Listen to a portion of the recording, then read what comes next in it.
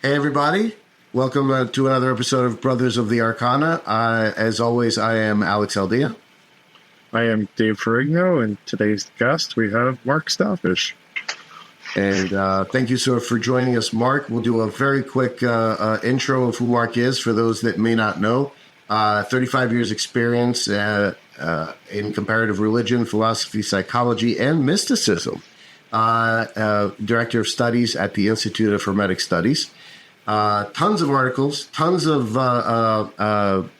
contributions to traditional Western esotericism in general.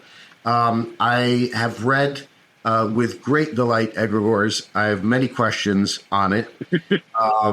One which you may not necessarily want to answer because you didn't answer it in the book. But I'd be very curious as to really what we were talking about there.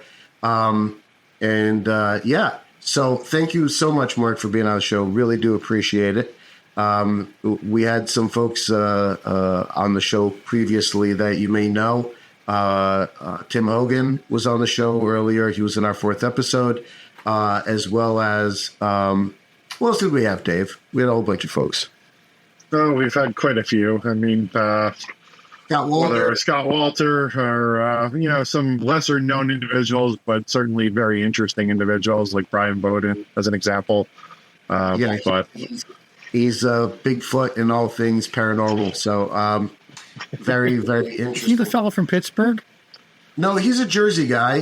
He's a member of a lodge here in Jersey, and he's down in Florida. But he's all over the place. Does like every con known to man in terms of like anything having to do with Bigfoot, Loch Ness Monster. We had this interesting debate because he said that Loch Ness Monster and Ogopogo are actually the same monster. He's got tunnels that he goes under the earth from one thing to the other. Go, hang on a second. I'm more likely to believe there is a Loch Ness Monster rather than like he summers in Canada and winters. But like, you don't know. You just don't know what's going on with stuff. I want to give them their due. You were on Coast to Coast, so clearly you're into a particular crowd, right? So there's some interesting. I'm surprised you don't have a show on Gaia. That's actually pretty surprising to me. Is that something you may not be interested in, or we've not discussed it? What's involved? So let's start off strong, if you don't mind. So, which esoteric bodies that you may have been in, or that you know of, because obviously you probably know about pretty much all of them. Which one are worth a damn? Like if you're gonna, if people are interested in getting into, I always think of Masonry as sort of like the clearinghouse of folks, men specifically, who are interested in esoteric things. And then there's shootouts from there that go all over. There's some within the Masonic umbrella and then a bunch of them outside. So if you were to say, hey, you want to become an adept, you want to become an esotericist par excellence, what would be the path? Yeah, that's the problem in Western esotericism, is that we have not done a very good job of maintaining tradition. And we have not done a very good job of basically getting along with each other. and quite frankly, you can't be an adept if you can't get along with each other. True. Yeah, I mean, historically, we can look at these groups and say that none of them, and that's a broad statement because maybe there's quite some that have on an individual that we don't know about, but when we look at the history, the public history, a lot of these folks were not really on an inner initiation beyond Netzach. Well, because they couldn't socialize well. So how are they? This is an important point to make, okay? Sure. Because not every group has to be perfect. Not every group has to have an adept in charge. That's unrealistic. It really is unrealistic. What is realistic is that you understand when you go there where the teachings came from, how you are to perform them, what results you can expect. Now, with that, there is an expectation that we have what's called the teacher. And the teacher or teachers are important because they are a living expression or embodiment of how contact with the inner world, particularly we'll say, hopefully the inner essence, one's pure nature, one's enlightened self to some degree, is manifest or dealt with or managed in day-to-day life. Uh-huh. So that's going to have a variety of different expressions to it. So we shouldn't think it's always going to be just very easily identifiable. However, the capacity to get along well with others is a benchmark of it. Sure. This is really important. So when we look at different organizations too, what we find is that many of them have a different emphasis. And that emphasis then tends to cloud people's perspective of them, because we've had this statement for the longest time called the Western esoteric tradition. Ooh. Sounds serious. Oh, it was not singular. Western esoteric tradition, singular. Right. And this is kind of an outgrowth in many ways of the singularity of monotheism, just attached to esotericism. And we see it mostly in Golden Dawn schools and those associated with it, Dion Fortune and all that. And there's no such thing as the Western esoteric tradition. There's traditions. There's probably, I think Antoine Fabre said, there's probably 10 hallmarks or benchmarks of these different traditions. So when you look at them, they can often be very different. The problem here then is that we find people going into traditions or methods of practice that rarely cover all the bases. And that's something we try to do at the Institute for Hermetic Studies. You know, when you look at practices, you have really what's called an exoteric practice or an outer practice, which is really the social and ethical training that you have in religion. Now, this is problematic because as we enter into the post-Christian era, it then means it's increasingly difficult to have people within the exoteric tradition and a lot of the morons in esotericism. And did I say morons? You did. You did. Let's say it a third time because we want to get that through. They're probably not trainable, because how do you move from an exoteric tradition that you don't like into an esoteric tradition that fundamentally uses its symbols and myths? Yeah, don't do that well. Hang on a second. So you're saying that the esoteric traditions fundamentally use the symbols and the mythology of the exoteric? Is that what you're saying? Well, we see that all across Scottish Rite Freemasonry. Okay. We see that all across El Kohen. We see that all across Golden Dawn and Martinism. Okay. So now, how does that manifest, in other words? Well, therein lies the rub. You know, if you were gone to Sunday school and church and you had learned some basic things to do and not to do and how not to screw up your life better and decided you want to have a life of prayer, you know, you might go on very well. And then you might have what we move into, which is the real first initiatic, or we'll call esoteric phase, which is religious mysticism. Now, religious mysticism is very well known to a lot of us, particularly in this area, because everybody knows some Italian lady who prays to Padre Pio and hands out holy oil, right?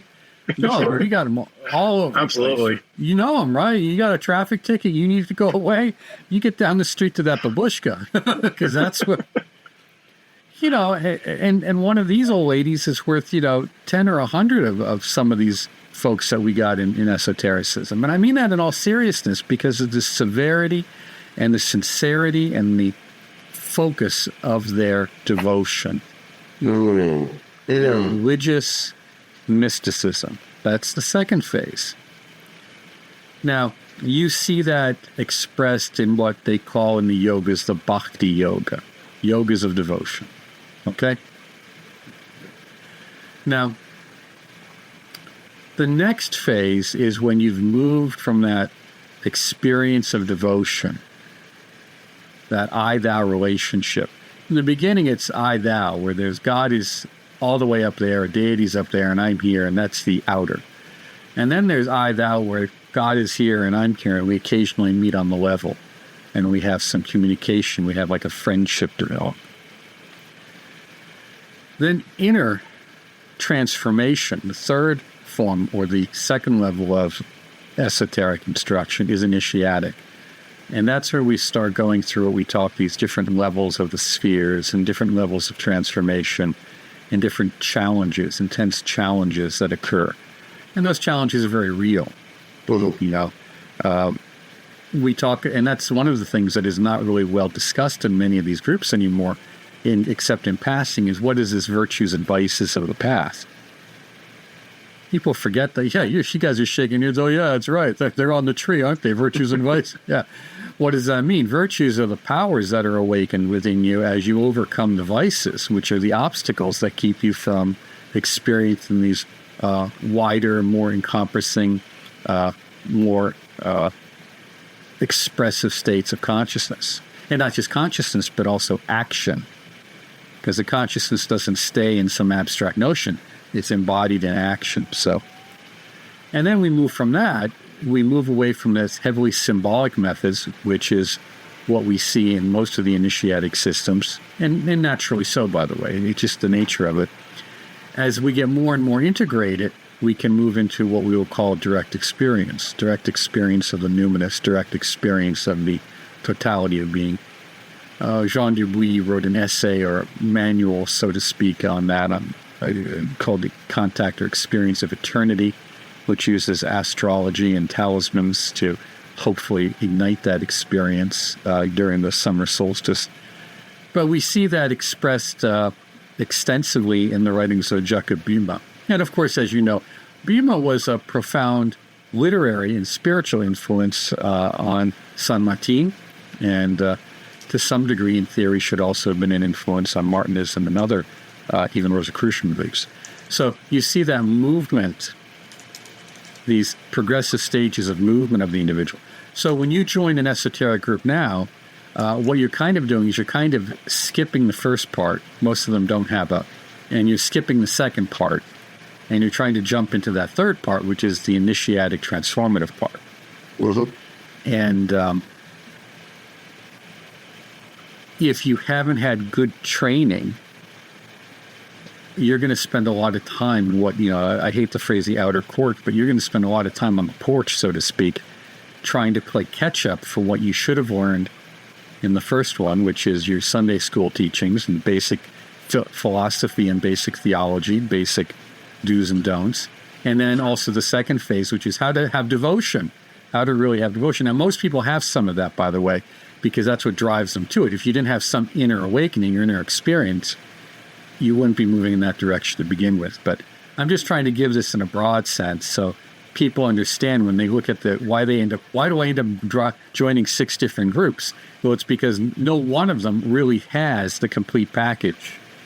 I mean, that I'm aware of. There might be someone out there, but it's you're trying to find how do you move me through this initiatic process, and how do I move myself through it into that direct experience. So you said within, obviously, the Western esoteric tradition, there are about 10 different paths. So you've got, what, Freemasonry, would you consider that one of them? No, not really, but I will for the sake of discussion. And the only reason I say that is Freemasonry is such an oddity. I remember this discussion years ago, and even with Christopher McIntosh and Jocelyn Godwin and Antoine Favre, and a few others you would know, even Wouter Allengraf. We're all kind of sitting around this table in Italy, right? And the question was, is Masonry an initiatic or is it an esoteric system? And the general answer is no. It's an initiatic system. Certainly. But it's not necessarily esoteric, because we know many brethren who they have no interest whatsoever on any interior, remember, esoteric is interior understanding or expression of what goes on. Even in Scottish Rite, we see that, unfortunately. Less so, by the way, but we do see it occasionally.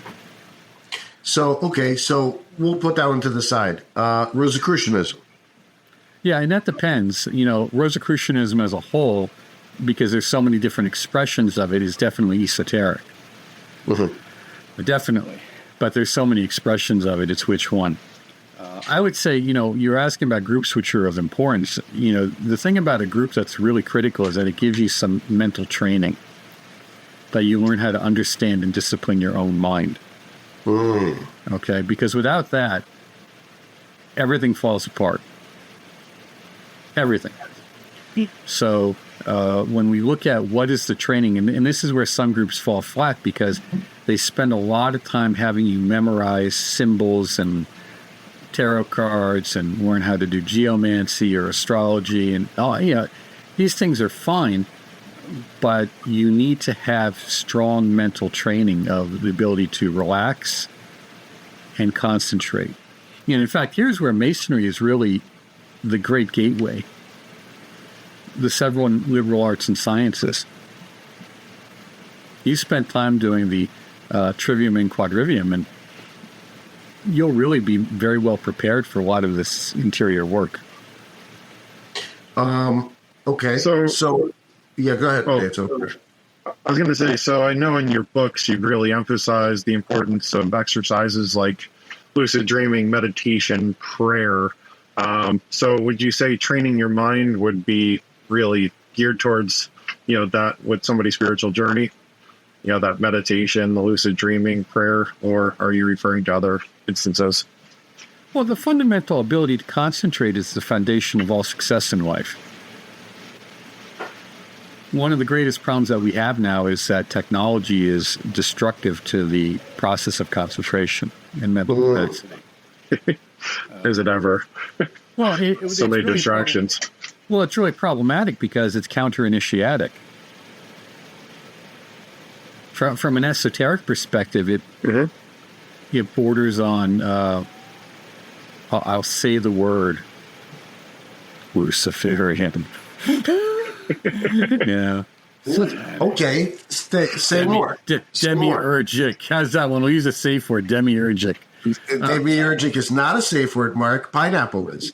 Yes, exactly. And we can go Luciferian if you want. Well, and the reason I say that is because what you just said, distraction, the capacity for distraction. In order to undertake these practices, you have to be able to focus your mind. And from that, begin to understand how your mind functions. You are not your mind. Your mind is a mechanism of consciousness somehow that exists, that processes information. And you need to understand how that processes information so that when you enter into these interior experiences, and some of them which are not just subjective but also objective psychic dimensions, that you can function properly in them. So concentration is the key to that, but that's the key to success in anything we do. If you learn how to concentrate, you'll be successful in anything. Okay. Martinism. Oh, it's a wonderful school. Or schools. There's so many different Martinist groups. I think the problem that we discussed with Martinism is that it proliferated so quickly in the early years and didn't have a standard set of teachings, but rather a curriculum that heptad or lodge masters had and then would fill out themselves, that it took on sometimes different groups or lodges took on unique characteristics. Hence we have Martinist groups that are Masonic only.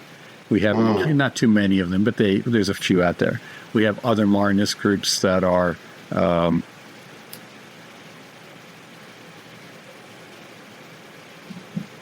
they're co-ed, but they have some nuances to them. But generally speaking, and some of them have more elaborate rituals, like we can see in the Blitz monitor. The monitor written by Edward Blitz in, the 1890s in the United States. I think Papu referred to that as, this is how Americans do lodges, because it was such an elaborate ritual compared to the more simple rituals, if you will, that were done in Europe. I know many people who've said that, they don't have the kind of lodge work that we do here, that their lodges, their Martinist lodges in Italy and France are much smaller. I mean, you do them often in someone's house. Well, which is not Interesting. common, because if you go to Massachusetts and you go to that wonderful Sturbridge Village, or Old Sturbridge Village is the 18th century village that they have rebuilt up there. You have a spectacular Masonic lodge on the second floor in the ballroom. It's all painted on the ceiling because the governor's house was, of course, the wealthiest house in the area, and so they would have met there, just as they would at times have met in taverns or above taverns, if it were in Masonry. Okay. Golden Dawn. Golden Dawns. I think they have many interesting and wonderful sets of methods that have proliferated and been tremendously influential in a lot of organizations, a lot of groups. The only issue that we would say with the Golden Dawn is that, and people get upset with me when I say this, but it doesn't really have a strong philosophical foundation. Because Crowley didn't have a strong philosophical foundation, I suppose. Well, the Golden Dawn was pre-Crowley, but what happened with the Golden Dawn is that you had the split, of course, and then you had some lodges which kind of survived under Moynihan Mathers, and it reformed as its own Rosicrucian order, the Alpha and Omega. And then you had the Own Fortunes group, which was a Golden Dawnish group. And then you have Paul Foster Case, and of course he was horrified of Enochian, so he takes all the Enochian out and does all this really crazy obsessive, compulsive study of gematria. Crazy making gematria to an extreme. And all of this kind of works. Some of these lodges survive, some of them don't. And then Rigardi, he comes along in the 30s and publishes the Stella Matutina material, which we call the Golden Dawn. And the idea was, as he said, that, well, he didn't see a lot of people doing it, and this was to preserve it. And, of course, he gets in big trouble because some people are really happy he did it. Some people... It's kind of like Masonry. Who's buying all those Masonic monitors in the 18th and 19th centuries? Freemasons. They were buying them all because it made it easier to study the rituals, and they'd make their own annotations in them. That's what we would have done. We would have bought the monitor. Oh, yeah, okay, yeah, that's great. Easier than reading this cipher, I suppose. Yeah. We won't get too far into that because obviously we're not supposed to discuss stuff that happens in lodges and we're not discussing what happens in lodges. We're discussing history and how we walk around it. So, and then so you see the same thing with the Golden Dawn, and then as the Golden Dawn slowly revives in the 60s and 70s, and I mean slowly, 60s, 70s, and 80s, you have the group in Australia, which is the last surviving really functional Golden Dawn lodge, for the longest time, which Zalewski's were a part of. And they have a very different view. Like when you talk to Pat, he has a very different view on things because he had what we'll call oral teachings, which was experiential instruction from the lodge masters, from the class masters, if you want to call them that, who had been there for decades. And they had dozens of people who had earned their 5 = 6 and beyond. Okay? Now, when people were starting lodges, which was fine, they're grabbing Rigardi's book, and that's all they've got. And there's a lot of stuff that's missing in there.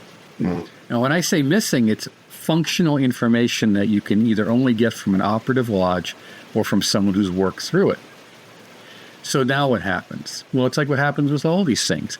You try to find a way to plug the gaps. So someone says, well, we need more information on the energetic body, so we're going to pull in yoga because Crowley did yoga.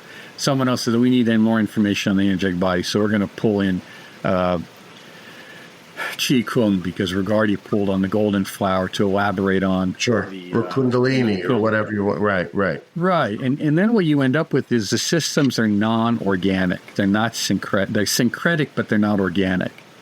So you end up with a lot of people using these terms and words that come from a variety of different systems and may have a variety of different meanings even within the system. And things get very concretized very quickly. And when they get concretized, they can get, I don't like the word dogmatic, but they can get rigid. No. And then the whole system gets rigid. Because you don't have, like the way Duergardi talks about doing the vowels, and not the vowels, the intonation, vibrating divine names. I know a lot of people who think that's like the only way it's to be done. I know people who's 3 or 4 different ways, which are even far superior to that method.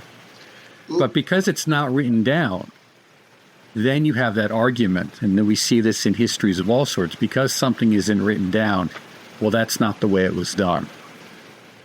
So let me ask you this: have you ever read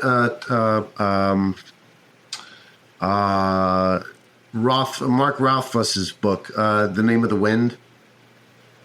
No, I've never heard of it. So it's a fantasy book.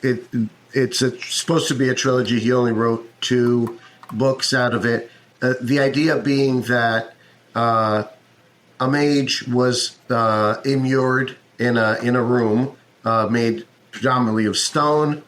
He was supposed to be imprisoned there forever, but he knew the secret word of stone, the secret name of stone. And when he spoke it, the stone had to obey, and it opened and allowed him. I've been fascinated by that idea ever since, because it says 2 things there. So if you're using high ceremonial magic, right, and you do the circle properly, even if you have no idea what you're doing, you have no intention to do anything other than just to draw the circle, it should function in and of itself objectively outside of your intention that you would layer on top of it, right or wrong?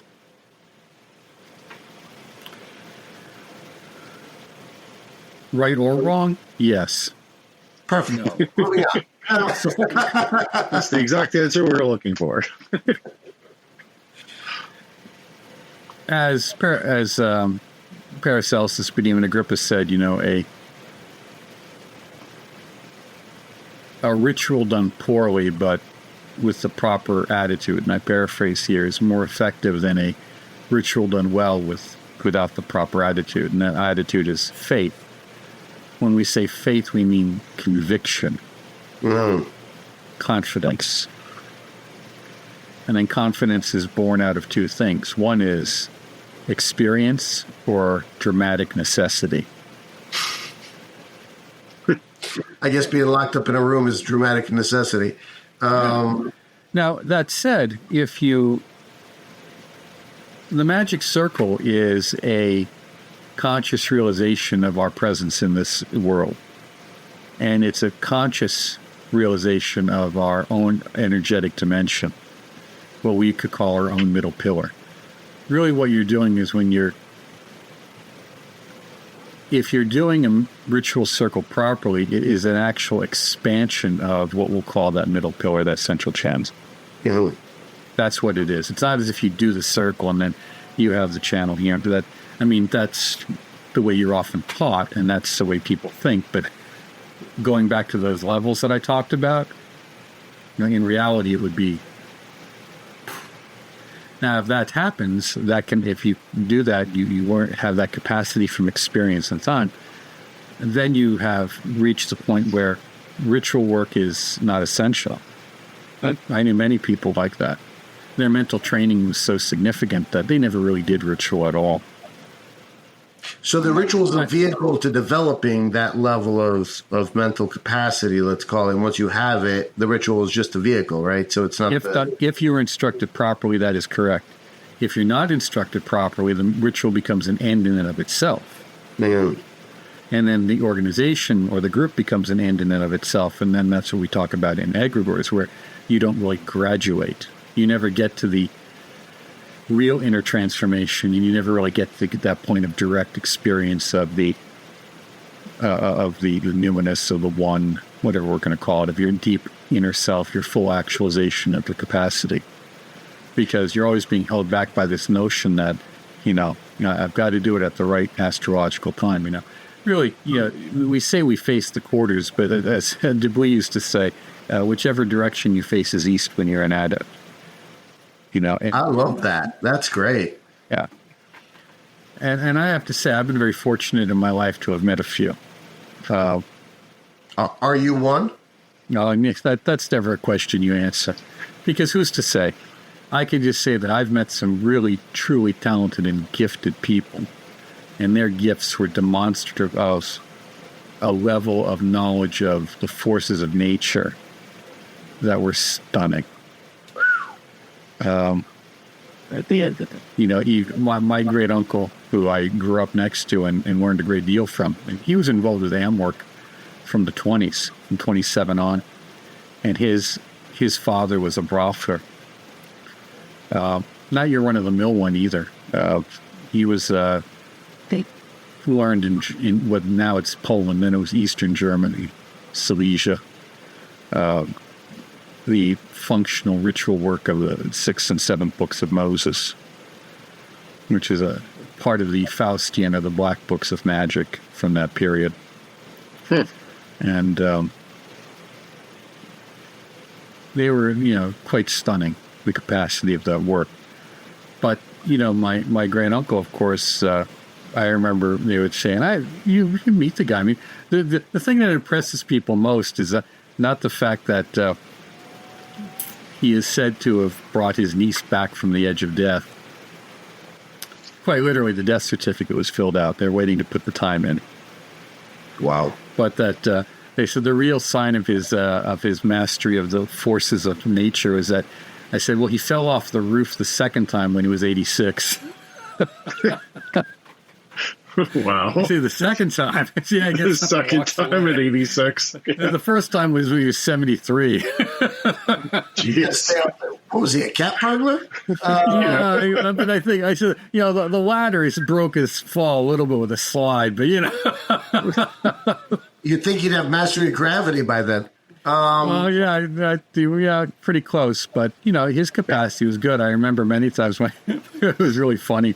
My brother was, of course, delivering Domino's pizza in college, right? And he drives his car up. He's getting a new order. He doesn't think anything about it.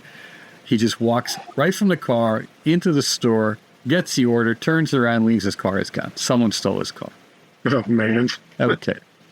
So he tells our great uncle about it, and he says, "Oh, hold on." And he goes, and I have the papers here somewhere, and he makes these dots, geomancy, and then he says, and I even have the little blue circle that he would use for concentration, right, to use the dots. Boom, there it is. He goes, they'll find it, don't worry. So 2 days later, they find it on the the Central Scranton Express route, now known as the Joe Biden Expressway, and of course it's out of gas, and they stole his cassettes, So, man. But he was an accomplished astrologer as well. But those things.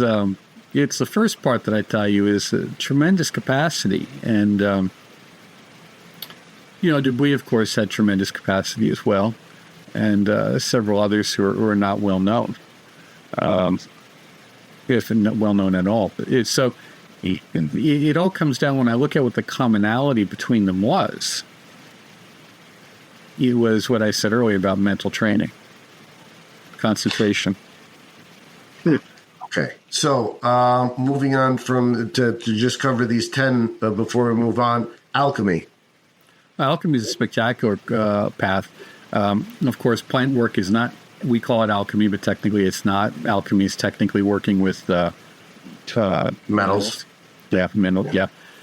And there are some people who take it in a very materialistic way, and that's understandable because you're dealing with the forces of nature and natural magic to create this feedback loop, this relationship that the transformation on the metal takes place. It creates a force field, which causes a transformation in your own energetic makeup.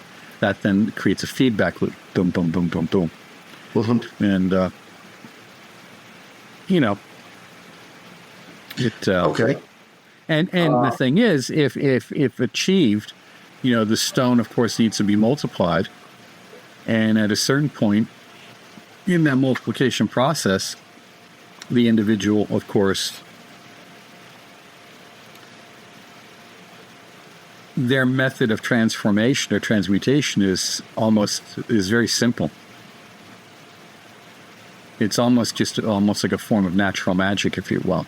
It's very indistinguishable from anything. You wouldn't even notice it if you didn't know what to look for. Interesting.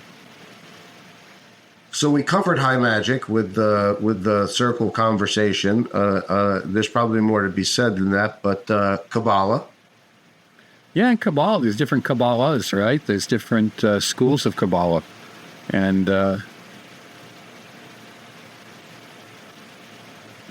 we're mostly working with Lurianic Kabbalah. So the tree is the Lurianic tree. Again, many people think of that in very concrete terms, as if that's the only tree. There are other variations of it, just as there are variations of the symbolic associations on the paths. We have this story that is often told, again, courtesy of Dion Fortune, that those were blinds for the uninitiated. No, they weren't. They were just different ways of experiencing reality. And same thing with the color codes in the Golden Dawn. I mean, that's Moina Mather's color palette. That was what she had in her pencil box. They don't match. The elemental colors don't match what Paracelsus said. I trust Paracelsus sooner than I would Moina Mathers. And she was quite accomplished. It's just that that's what she had available at the time when they're, hey, I got to draw this and fill this in, and then suddenly you don't think that 70, 80, 100 years later, people are going to be dogmatic about this. Nuts. I mean, remember, that's the only place we see 4 colors, 4 worlds, 4 colors. We don't see it before then. Well, and there are color schemes for the spheres that are very different. Does that mean they're wrong? No, it means that's a different way of perceiving reality and guiding you in a different direction. Because each sphere is a world in and of itself. Each one of those spheres on the tree is its own complete cult, its own complete method of worship, if you wanted to look at it that way. Interesting. And you could work each in turn or each in part. Remember, a tree in each sphere. So that means a world in each sphere. Each one is its own microcosm. Theosophy. Wow, which theosophy? Again. The Rorish one or the Blavatsky one, is that the same? I think that Blavatsky did a tremendous amount of benefit to us with theosophy. I find that Alice Bailey kind of drives me crazy.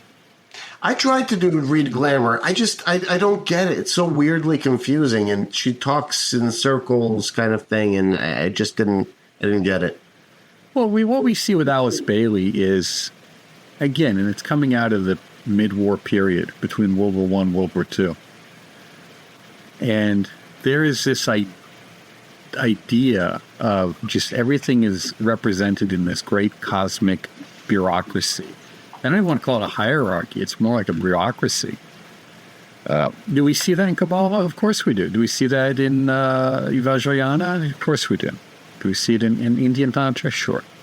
Chinese Taoism, magical Taoism? Sure. It's just that this theoretical, abstract bureaucracy which she presents, I find an interesting idea, but utterly useless on any practical level. Now, with Rorich, we have this kind of... And I like Rorich in a strange way. We have this kind of fascination, this idealization with Tibet, and we see an idealization. And remember, he was there when it was really raw and rugged,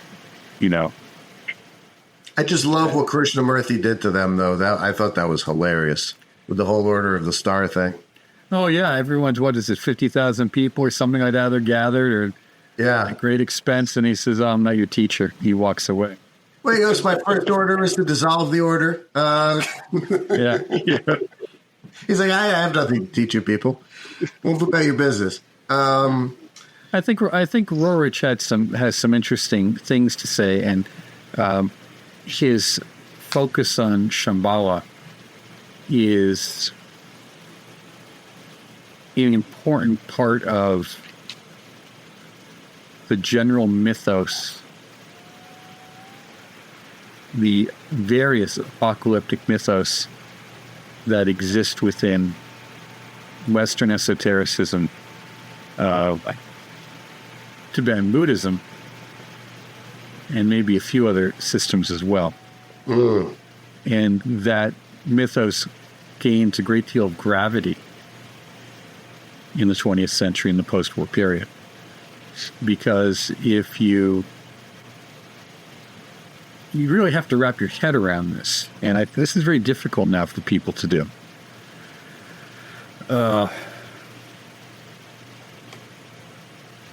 You really have to wrap your head around what people experience. And this is why you see so much just blatant misinformation and false information about Julius Evola, the traditionalism. As a kid, I experienced people who went through World War I. Sure. Influenza. 20% of the world's population died in the influenza. When my grandma was a child, they were piling caskets up on her father's porch. Okay? Yeah. World War I did not end with military victory. It ended, which is critical to understand how World War II then comes about in many ways. It ended because they couldn't field armies. There was so many men were sick. Okay. So you have this coupled with the horrific collapse of the empires, the Bolshevik Revolution, and all that goes with that. We're still suffering from the side effects of that, and in particular the Bolshevik, the Soviet period in Eastern Europe, particularly in the Ukraine. They killed more people with starvation in 2 years than the final solution did with full mechanization. That was under Khrushchev. No, that was under Stalin, Joseph Stalin. Joseph Stalin initiated the destruction. He was in the 1930s. He initiated the destruction of many of these things. So you have this moving forward. Then you have World War II. And this is so horrific. And how does it end? It ends in massive destruction in Europe. It ends in 2 atomic bombs being dropped in Japan. And this realization that, we can destroy ourselves. So as the things are moving forward into the 50s, a lot of these esoteric groups are getting involved superficially in what we'll call peace movements. Now, I say superficially, I mean they're advocating for, and rightly so, a more peaceful world and disarmament. And I advocate for that all the time. But then what No, I'm kidding. Yeah. Because without it, what are we going to do? We're going to end up having a real mess on our hands. But the devil's always in the details on how you do this. We'll get to the devil, Mark, not to worry. Yeah. So what we do then is we see these groups moving forward, and they're changing and morphing. And Theosophy, particularly Balian Theosophy, is probably the one we can zero in on the most for the strong advocate of what we'll call one world government, one world religion. And they really are. I mean, that's what they advocated. But you see that as a subtle point across many of these groups. Sometimes it's more blatant. Sometimes it's more suggestive. I mean, it's not there in every one of them. But there's the fundamental notion that there is an invisible hierarchy, the unknown superiors, the Mahatmas, the Bodhisattvas, the Rishis, and that our job is the saints of the body of Christ. And our job is to attune ourselves with them and their will and their efforts to bring peace and harmony to the world. And of course, this is a wonderful thing. There's no problem with that. But the question is, how do you know that what you're talking to, or that what your spiritual teacher, or whatever you've decided to be as your spiritual teacher, is either really talking to one of these folks or understands it correctly? And that's where we get into a lot of mischief. Okay, so what did I miss in terms of the 10 paths so far that we haven't? I wasn't counting. Fair enough. We have a lot of mystical paths too. Again, like Jacob Biema, Emanuel Swedenborg. These Is visionary that the paths. Swedish Ray, Swedenborgian Ray? Yeah, well, Swedenborgian Rite comes out of Swedenborg, yeah. Yeah, Swedenborg was a great visionary, mystic. I forget what this technical name was. They call it like the Northern Mystic or something like that. And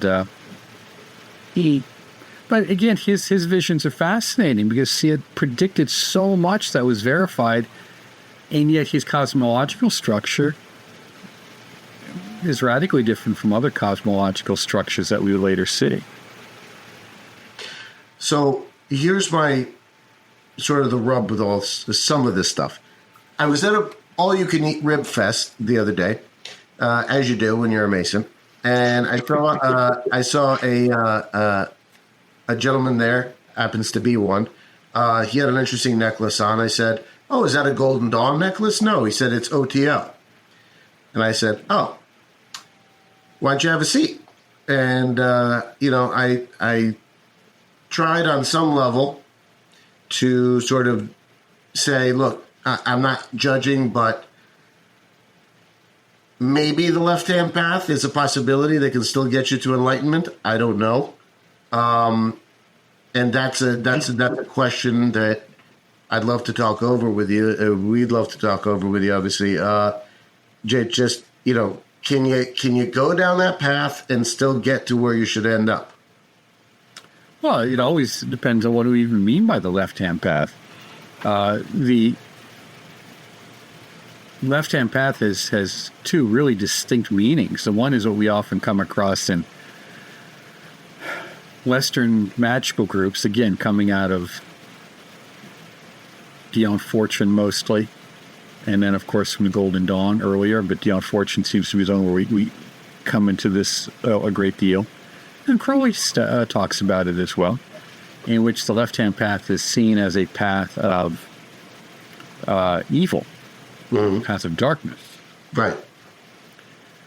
And these are the brethren of the shadows, the Black Brotherhood, supposed to the White Brotherhood or the Great White Brotherhood, which would be the unknown superior incognito.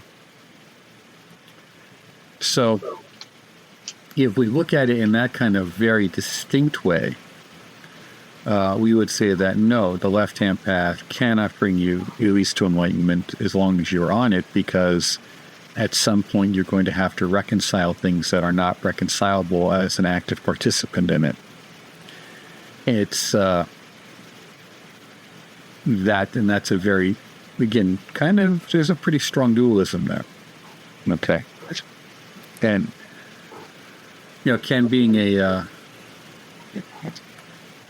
can you be a good, but can you be a saint and a drug dealer at the same time?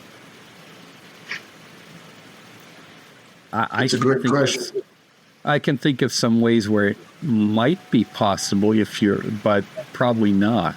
I can think of some, it's easier to be a good prostitute and a saint than it is to be that, So, because there's at least examples of it.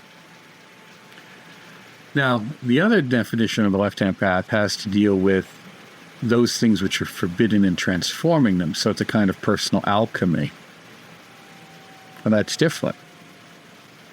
And there, in the Indian Tantras, you deal with the 5 M's. Okay. So this would be, let me get it straight, sex, alcohol, wheat. Oh, 2 others. There's 2 other things. Just skip them at the moment. But you deal with these things which are generally forbidden. Gambling, maybe? Something like that? No. And the reason being is there's things, again, you have to look at the paths, as I said earlier. The outer path The exoteric path, which most people follow in a religious way, is a path of negation. Don't do this. Well, the reason you don't do this is because you don't know what to do, and you're screwing your life up. So don't do this. I mean, think about it. We have to tell people, don't murder. We got to write that in stone. Don't murder. Don't steal other people's stuff. And they murder anyway. Right. You know, don't have sex with their wife. Okay? So, you know, we have these 10 commandments.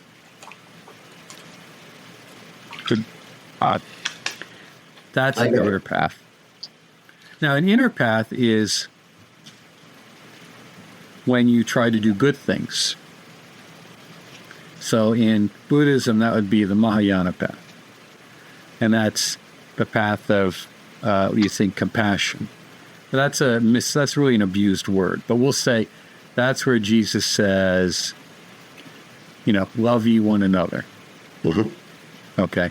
Jesus says, oh, and this was wonderfully clear. Thank you so much. You know, do unto others as you would have others do unto you. Well, a lot of people treat you really poorly. How are you supposed to manage that? You see, now that's what happens. As you're being compassionate and as you're being nice, as you're trying to do well for the world, you realize that there's some pretty crappy people out there, I think, as Jesus found when he got abandoned by his followers and crucified. Well, that's where the tiny ugly cheek comes in. Well, yeah, but as my uncle used to say, you only have two cheeks, which leads us to the third path, which is the path of transformation. How do you manage these incredibly negative situations? How do you deal with incredibly negative and destructive and violent people?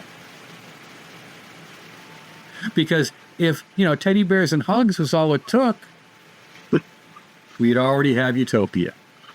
Exactly. So this is where the initiatic transformation comes in, and now you're dealing with things that people often don't understand. And that's where you're dealing with, again, those things which are forbidden, because you have to be able to manage those things which are forbidden within yourself in order to be able to manage them or assist other people in managing that. So maybe that's a good... I was going to say, what is that? That's probably a good segue then into the process of shadow work and confronting the darker parts of ourselves. And, you know, how would you relate and correlate that to, you know, what we're just discussing? Well, shadow work is overused. It's an abused term. If we go back to what I said earlier, there's virtues and vices. Okay. You know, what are your vices? Stop with the shadow nonsense. Like, you know what? What you've got is desires and urges. Oh, yeah. And you're selfish and petty. Okay, now let's deal with this. Why are you selfish and petty? How can you not be selfish and petty? Well, it's mostly fear towards the other, right? I mean, that's really where we're going. Yeah, what we're trying to do is say, how do we understand where this comes from and how to manage it so not be managed by it? How do you manage violence so that you're not managed by it? Right. Yep.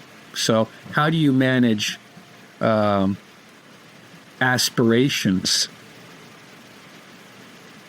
and hopes and goals and not be managed by them so that you become so obsessed with achievement that you forget about all other accomplishments or necessity? So that you become simply obsessed with yourself and not understanding what you're doing to others along the way. But as a normal human being walks the earth, right? They have X amount of ability to control the stuff that happens in and around them. It's mostly what they can do from their piece. They really don't have any control of what happens to them for the most part. They can react to it. They can try to plan for it, and that's kind of where it ends. An adept walking through the world, does he or she have control over what happens to them? They have more control. Okay. But they also only have, because they have more control over themselves. So as inside, so outside, as above, so below, right? So the more you, right.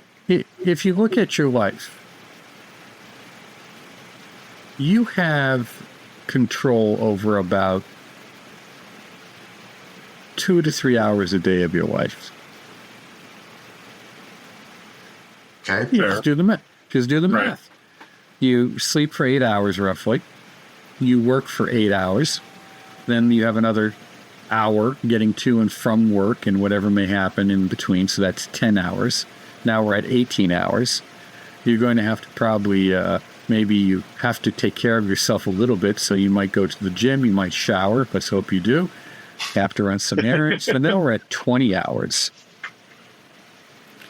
So maybe if you're really lucky, you might have as many as 4 hours a day that you have to yourself. Okay.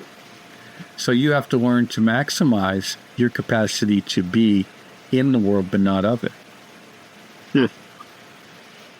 True. Because that's what you have to learn to maximize. How to be in the world, but not of it. So that when these things happen, they don't overwhelm you. And that's where mental training comes in. So that and it's very fundamental. It's basic. It's not that you're repressing things. You're simply not reacting to things. See, there's action and reaction. Or should we say there's reaction and choice. And someone who is very skillful at something, we'll say makes a choice. Driving would be a good example. See people with road rage and stuff. What's that all about? Plenty of that in New Jersey. Yeah, I was at an intersection today and fairly slow. I was surprised all these cars reached it at the same time because it's fairly rural. And lady behind me is banging on the horn. It's like, wait a minute. This is a stop sign. They have the stop sign. Car in front of me goes. Car across goes. Then I go. That's the order. Yeah, the order. At least it's supposed to be. Right. But what I do is say, yeah, whatever. I tell my kids, whatever, let them yell. Let them yell, let them honk, let them do. That's not you. You're not responsible for that. You're only responsible for you being a good driver and a safe driver. That's all that matters. So, but that's the way with everything in our life. And as you're more capable of controlling and taking control of your life and having more influence in your sphere, your magical circle of influence, which is your life, then you're able to have greater influence in the magical circle or sphere of others. And that grows and grows. But that's not without consequences. You have karmic tendencies. Karma we'll call habits, for lack of a better term. Habituated patterns. Attachments. Okay? Well, as you overcome your karmas, your habits, your patterns, your reactions rather than thoughts, and you become better at it, you then have the capacity maybe to help others. While you're dealing with theirs, and maybe they don't want to have their hard karma overcome. That's where we talk about taking on the karma of others. Whenever you go to help someone, you're in a sense taking on their karma because you have to deal, and this is just straightforward psychology, it's something magical about it. You have to deal with all of their habituated patterns and thought processes, emotional reactions. But those are deeply connected to energetic patterns in the psychic dimension. That's when it gets metaphysical. So it's deeply connected to the energetic qualities within their psychic structures. And that's when that transformation takes place, that's when it can become very difficult for people. Okay, so let me... That's where illnesses arise. That's where you see illnesses arising. Let me try to understand something. So... Yep. I'm writing a book. Dave already knows this. I'm going to bore him a million times with the idea of how men can become better men through the use of sacred space. Using ritual as sort of like a workshop to unclog yourself or to decrystallize ego positions in the body. Ego positions, PTSD, anxiety, depression, stuff like that. So the idea is, what modalities work best for that kind of thing? Is it magic? Is it going to the gym? Is it? I mean, there's got to be some stuff that works better than other stuff, right? It's not just like, well, just pick your poison because they're all sort of whatever and they're all incomplete anyway. People look at magic as a solution, and it's not. Okay. Ritual is not a solution to your problems. If anything, if you do the ritual right, it's going to bring your problems up. Mm-hmm. People go to magic because their life sucks. They want to change it. There's something they don't like about it. Well, you have to come face to face with what that is, what it is you don't like about yourself, and what you can't change. And even if if your notion of yourself is correct, maybe it is correct. Maybe you do need to stop being a slack-jawed loser. Get out of bed, get up in the morning, make your bed, go do the best you can at what you do. Take a walk. Maybe you don't have to go to the gym every day, but you should walk for at least 15 to 30 minutes a day outside. Get some vitamin D, do some deep breathing. Okay. There's a lot of things. And then clean out your friend connection. More importantly than the ritual. The rituals are meaningless if you don't have the right people doing it. The household of the faithful. If you've got good men and women doing the ritual, then you will have good ritual experiences on a psychic dimension.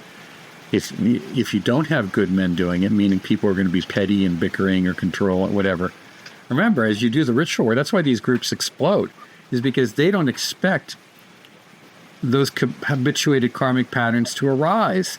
What a ritual does is it's what you want on steroids. You have a goal, an aspiration. Well, good. This is the steroid that you're injecting into that muscle mass to make it happen faster. That's what it's doing. This is the juice you're adding to the system. The ritual cannot do it in and of itself. But the ritual can do is amplify what you're attempting to do. And then as you have more people doing it, it amplifies even more. So you have the group habit patterns of the group karma, which is a terribly vague word, but the group habit patterns all coming up. And they all have to be managed and dealt with, so you have to prepare them for it. So would we say that the group is the egregore then, in this case? Yes, in a way it is. It's you're developing kind of a group egregore at some point. Yeah. The group consciousness, group awareness. But of course, it's not very aware. It's all happening on an unconscious level. You think we're just getting there to have some fun and have a ritual, and we're going to prove ourselves, and then suddenly everything goes to shit. You say, why'd it go to shit? Well, because you didn't know where it was. The rituals brought it out. It said, this is the problem in your life. This is the problem in your life. And now the results of the ritual have given you an opportunity to address that. But instead it's, he did something wrong, or he did something, she did something wrong, or no. And then there's going to be the obstacles that arise. You're going to want to do this, and suddenly, out of nowhere, there's going to be that phone call. Oh, help me with this. Oh, I got a flat tire. Oh, this happened. All these obstacles will arise out of nowhere that you're going to have to overcome. Well, this is where you put your big boy pants on, and you're either going to be on the path of the hero, which is what it's traditionally called, or you're going to say no. And if you say no, what happens? Then you stay where you're at.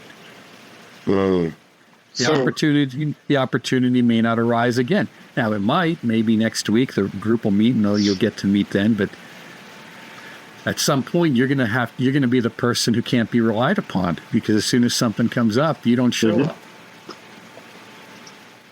So would you say those hardships or other challenges that individuals face is really important on that spiritual journey? They are the spiritual journey. Fair. They are it. What?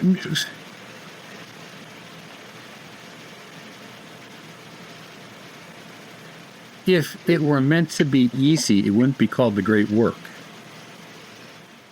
Very true.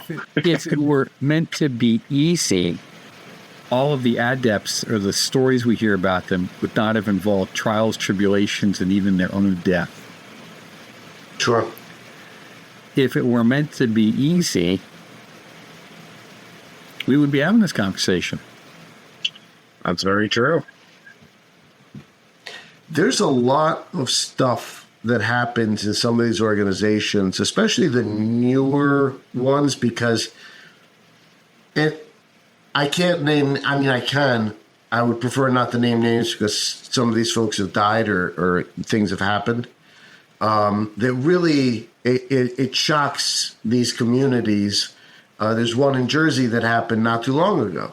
I believe whether it was a Luke Owen or whether it was Golden Dawn or OTO or whatever the case may be, of maybe they didn't have the right rituals in place. Maybe they summoned or did things that they had no knowledge of. I mean, you say you're a Luke Owen, you're supposed to be leading a priestly life potentially, but then you turn it into a cigar organization and don't take it seriously. Then what happens? Well, and that's been my commentary about Masonry. We've turned it from the old boys club to the young boys club, where it's all cigars and bourbon instead of fish fries and chicken dinners. Yep. Okay. There you go. That's not really good for your channels, by the way. Well, yeah. Smoking. You're gonna be Smoking not good for your channels? your psychic channels. You're gonna be doing breathing exercises to increase your energy load, while at the same time you're ingesting variety. Well, cigarette smoking is worse, but. Well, we do not inhale, and I defy you, sir. This is Mapacho. He is a trickster god. Yeah, well, of course you can defy me. So that's what said. Cigarette smoking is worse. That's the real one. But the nice thing is, at least with good pipe tobacco and good cigar tobacco, you can really, as you said, you don't inhale. But a lot of the things like vaping and stuff is just terrible for your lungs. Terrible. I feel exactly the same as you say.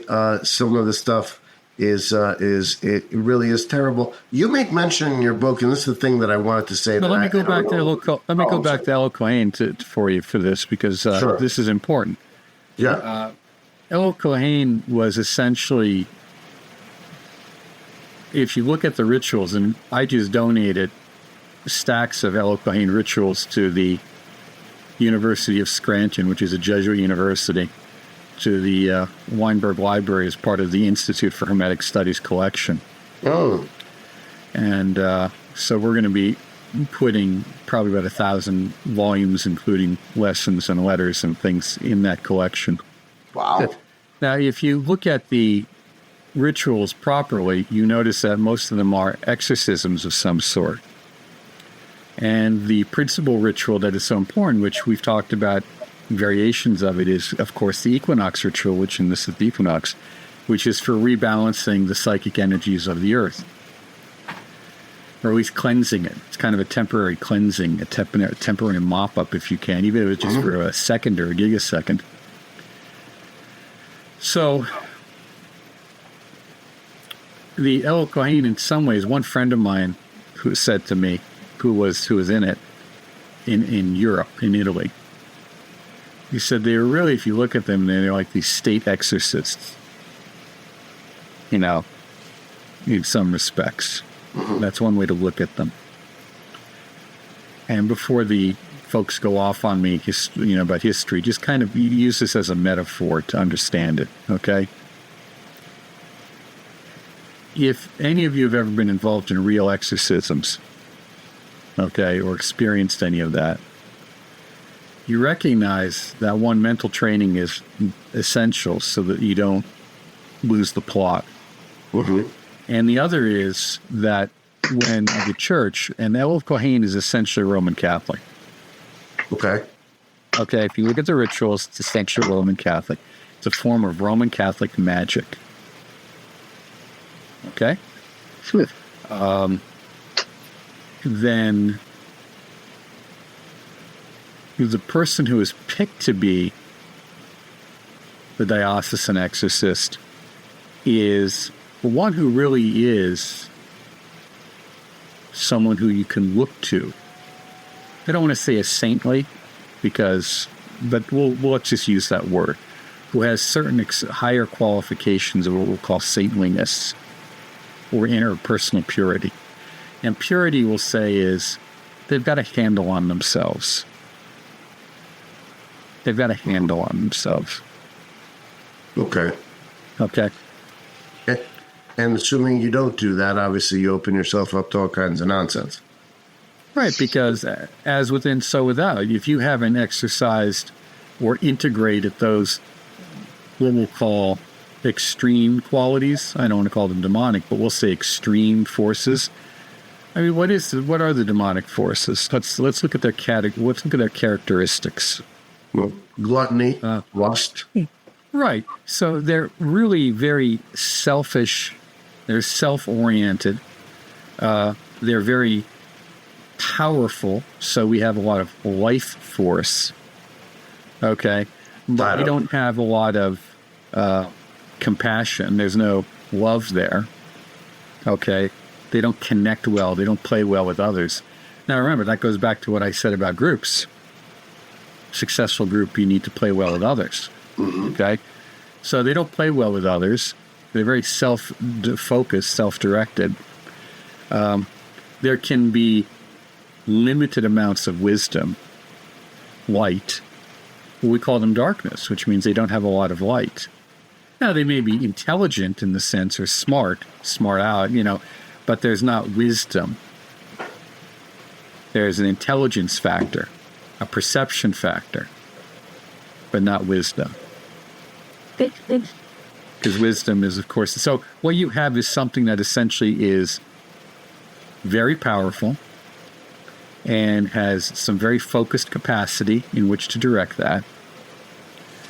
And if you haven't really dealt with that in yourself, your own, and we'll say in those vices, your own gluttony, your own lust, your own vanity and pride. Pride is the worst one because that's what cuts us off from everyone else. Your own anger, destructive power. Yeah. Your own sloth. And even we could say... I've always wanted my own sloth. What was that? I've always wanted my own sloth. I know. That and probably a capybara. Yeah. It's the largest in the Rodentia family. It's true. I've been told many times I can't have one. My wife insists I can't have one. Oh. And I am not allowed, and I'm not allowed to have what is it, a raccoon, because I can't have anything that's smarter than I am. Is that what your wife tells you? Hey, they have hands, okay? Do you ever see the videos? If it can open the drawers, it's no. It's in there summoning something. Well, and then the other one is lies. Remember, what we see with with arrogance and personal pride comes a lot of deception. So that's where we see a lot of people on the path really come to a struggling point when it comes to, we'll talk about, say, the initiatic process of good on the tree of life. They really struggle to get past that. And if you look at the paths, well, of course, all of them coming off it, none of them are pleasant. Hanged man, hell, blasted tower. It takes a lot of effort and courage to say, I'm going to keep going and overcome. And then we look at Jesus. Jesus, of course, was said to have been given 3 temptations in the desert. And I think that they roughly parallel those 3 temptations, so those 3 processes of that path, and those 3 paths leading to Tiferet. You mentioned in your book that there was an esoteric order that you were a part of, where habitually the Grand Masters died of blood cancers. That was not an organization I was a part of. Oh. An organization that people I know were a part of. And can you talk about it? Sure. Will you talk about it? Sure. I think it's in the book. The notion... I think you failed to mention in the book, I think you said something about you didn't necessarily say what it was. I was always curious as to what it was.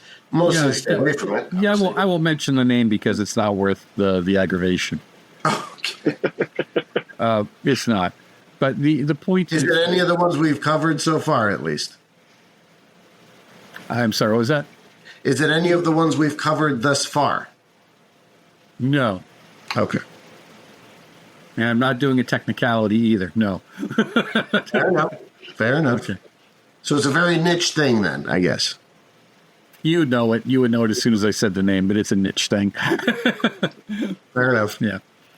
And I think it doesn't really matter, because what was happening is you had groups of people who were sincere in their practice, sincere in their desire, and for whatever reason,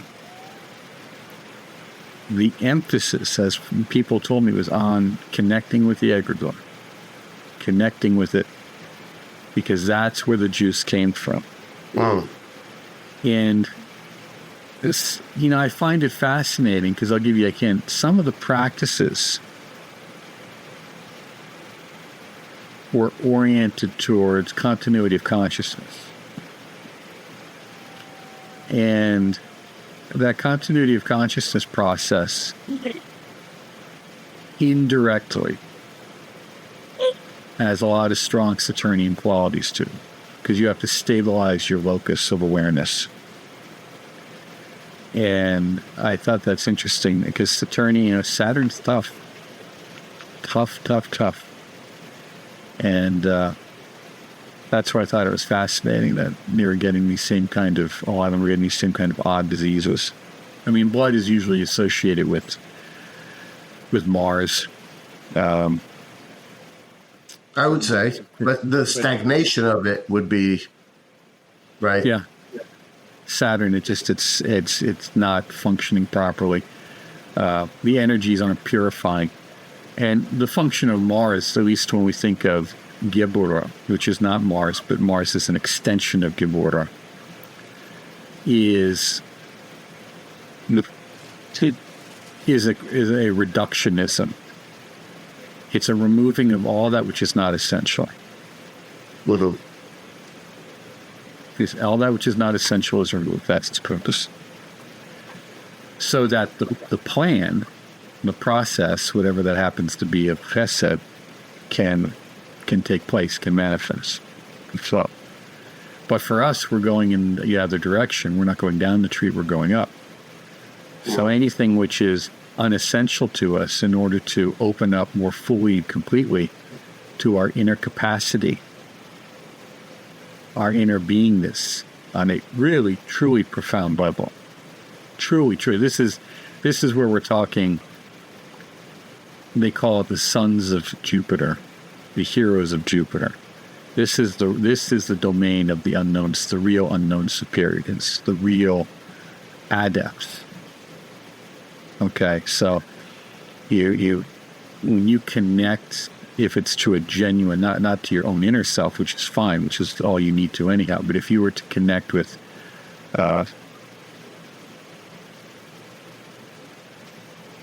Saint Germain or Kutumi or whoever they're, the Theosophical Society or the Amorc or even the Golden Dawn was talking about, that individualized personality with all of that potency would be on that state, if we want to call it that level of being, if we want to use that phrase, right on the edge of non-being. Right on the edge of non-being. Yeah. Well, is that where Babaji is, and like all these beings that sort of filter in and out of, not sentience, but in and out of materialism, so to speak? Yeah, we would assume so. Because the next, but again, there's also, remember, we're using a particularly Western model here. I'd have to say, if we look at Babaji and looking at these guys, and we need to look at it in the framework of Tantra, we need to look at a Vajrayana. They don't make these strong distinctions. We still have we have really strong dualism. Even when it's subtle, it's real strong. That runs through a lot of esotericism, a lot of these practices. And at that point, I got to tell you, I mean, it doesn't do any good. That's why they say it can't be communicated, because words don't work. I think that words don't necessarily, it's not that they don't work, it's just that you're trying to convey something. It's like talking, it's like talking algebra to a first grader, even a third grader, fourth grader. It's, why are you doing this? Yeah. When I spoke with a buddy of mine about thinking about doing a path of non-duality, or moving into that sort of mindfulness thing, a lot of meditative, having a practice, he quoted me an area of the Bible where I think Jesus said, if your mind is full of all kinds of things and you have a demon in it, then you kick it out and you clear your mind of everything. You sweep the house nicely, and then that demon comes back and brings 50 of its friends because now it's got a lot more room in yourself to inhabit. And as being one of the things why you don't want to do mindfulness, because you have no ability to deal with any ingrown things or other things that may come in. The non-duality teacher, I asked him the question, I said, he quoted the thing, and he goes, he's absolutely right. If you have untreated trauma and you get rid of, and you start on your non-duality and you achieve the beginnings of enlightenment, let's call it, what you're really taking away is your ability to cope with the trauma. The trauma is not leaving, but all your coping mechanisms, all the fog, the stuff that's sort of keeping the trauma at bay goes, and now you're just left with naked trauma. And whatever else may be there. Thoughts? Well, non-duality is just, it's hip now. It's overrated because it's kind of like mindfulness. Mindfulness training is the first stage. It's about learning how to focus and pay attention. Well, It's not a good end in and of itself.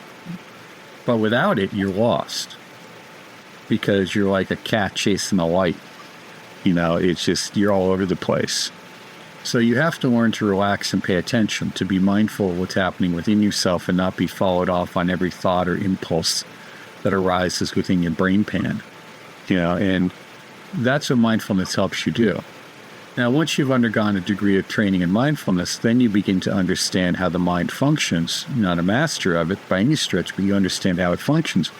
And you begin to play with it a little bit and to manipulate it, which means you're able to now manage some of those stressful things. So within those systems, if you were to say go from mindfulness training, you might then also undertake some of the tantric training. And the tantric training is now creating these dramatic mini scenes in your mind. We call them sadhana, or practice. And they're complex visualizations and transformative states to help you understand that you are not you are not limited to this limited sense of self, but you can transform your sense of self. And you can transform yourself, and what will happen now is all of those terrible things that you're afraid of and feel ashamed of and feel scared of will arise, and they will give you an opportunity to deal with them, to transform them. Now, the story of the exorcism, the possessed man in the gospel, he says, "Who are you?" "Our name is Legion," and throws him into the pigs. That's in the Gospel of Mark, which is the shortest gospel and the first gospel, probably the oldest. The oldest, right, right. And the notion here, of course, is there's an endless array of distraction and possibilities. One of the interesting things, too, is that when you encounter these forces, they rarely, I can't really say ever alone. It's always been a strange conglomeration. Like a singular body with many heads. Now, I'm just using that as an example. That's not really what it is, but it's like if you were to take it's like if you were to take 5 or 6 or 7 people and all of them would speak to finish the sentence. Okay. That's kind of what you're dealing with. Now, so you want to go into enlightenment. What does enlightenment mean? It means to be able to know your fundamental nature and deal with life. Mm-hmm. True. So if you understand your fundamental nature and capacity and can deal with life, we can call you enlightened. if not, you run the risk of being simply detached from material reality. And that happens to a lot of mystics. That's part of the dualism thing. A lot of mystics just aren't capable of dealing with life as it is. So they may be able to see and perceive things. They may be able to channel some great visionary stuff, but I have to say, okay, what's this about? What can I do with it? Maybe that's just their function in this life. That's their capacity. They're meant to be this conduit for data. Oh. But then you need a framework. You need a social cultural framework that understands that. And this goes back to what I said at the beginning about the death of the churches. We are increasingly seeing a complete collapse of the social cultural framework. We have to rebuild a cultural framework, even if it's just through lodges and groups, that is what we would call traditional. That is, it has a connection to the transcendent. What we do can't be packaged away. Oh, I go to lodge tonight, or I go to, the magical lodge, or I go to chapter tonight, or I go to Perneus tonight, or I go to Heptad tonight. And that then gets filtered away and shut off until you go home. Or that's my personal practice, that's like separate from my daily life. Well, it can't be. Oh. Sure. There's no way it can be. Otherwise, what will happen is you will, at some point, go crazy. Well, not totally, but you know what I'm saying. Neurotic. The neuroticism will build up because you're separating. You're going to have to make hard and difficult ethical choices. That's it. Welcome to the reality. Welcome to the path. And it's going to cost you. It's going to cost you. What's good? How would it cost you? Those choices. Look.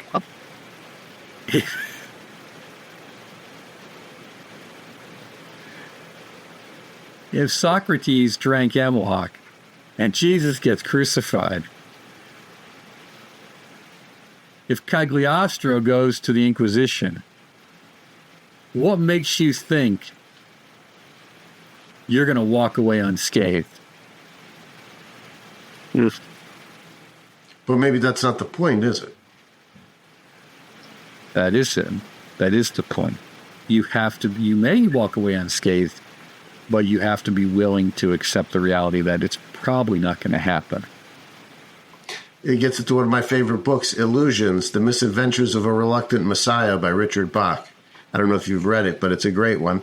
Basically, the guy that goes around fixing biplanes, and Richard Bach sees him, and he's doing all this stuff in a biplane that you're not supposed to be able to do, just gravitically impossible, or gravitationally impossible. And he goes down and says, yeah, I'm a Messiah, I'm enlightened, I'm with this, I'm with that.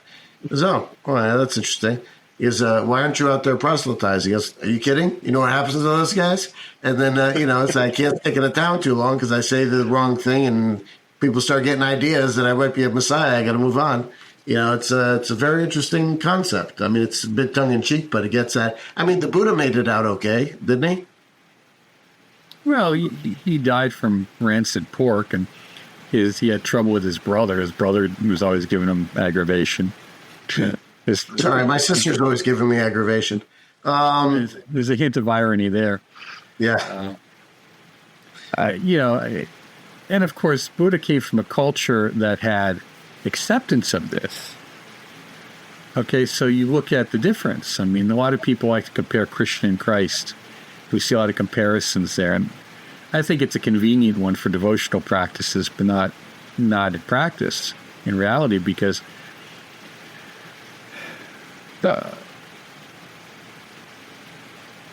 Krishna was accepted as what we'll say as an avatar, as a deity, as a god. They were expecting it. He's telling Arjuna, do your duty. Arjuna, I don't want to do my duty. He goes, do your duty. Buddha came from royal family. He knew how to court royal patronage, which he was quite skillful at, despite him being a monk. Sure. Otherwise, there wouldn't have been the Buddhist monastic system that we understand. So the cultural framework was supportive of that existence. Whereas you look at the cultural framework in the Middle East and in Europe in the classical period to present, sometimes supportive, sometimes not. It all depended. But you said yourself, you want to get to Sephiroth, there is no way but through. If you want to, whatever you want to achieve in life, no matter what it is, you've got to go through, and you've got to decide that you're willing to pay the price of what that is. That's it. Can you talk a little bit about your path in terms of what is it that you're trying to resolve in this particular try on the karmic wheel? Nothing in particular. I'm not sure I buy it. I mean, in terms of, you've done a lot of work to resolve nothing in particular. Well, that's it. It's not the kind of thing. It's not the kind of thing you often make a decision about. Okay. And I think there's not enough time to really go into the critical points of change. Okay.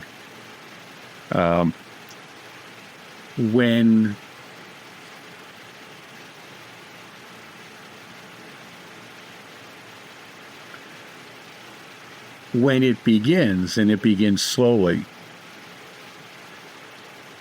and the process of obligation is realized,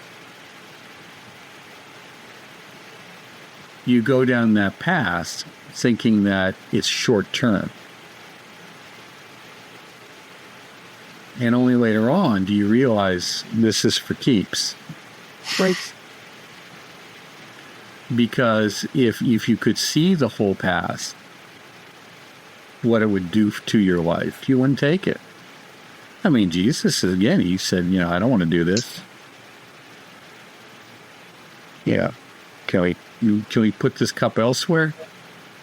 I think we have to really focus on that. So one of the things that I've done is to reconnect many of the disparate pieces in esoteric practice. But to what end?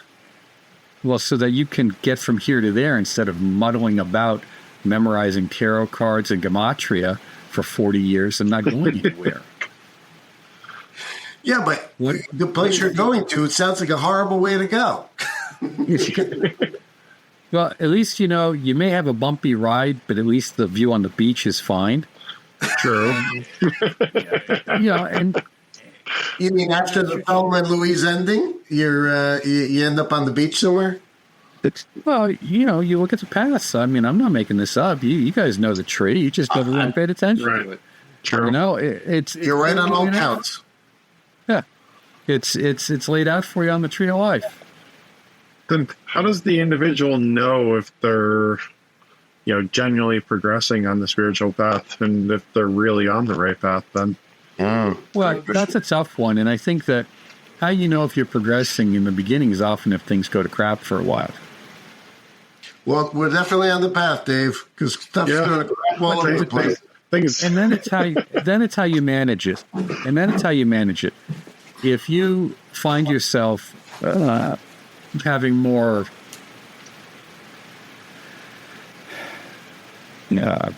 equanimity, kind of more relaxed in situations, you're not reactive, but able to act. You're able to sense the qualities of the sit in the moment and what it requires, rather than trying to respond in some formulaic or dogmatic pattern. Formulaic would be, well, this is the way we've done it because we've done it that way before. Dogmatic pattern would be,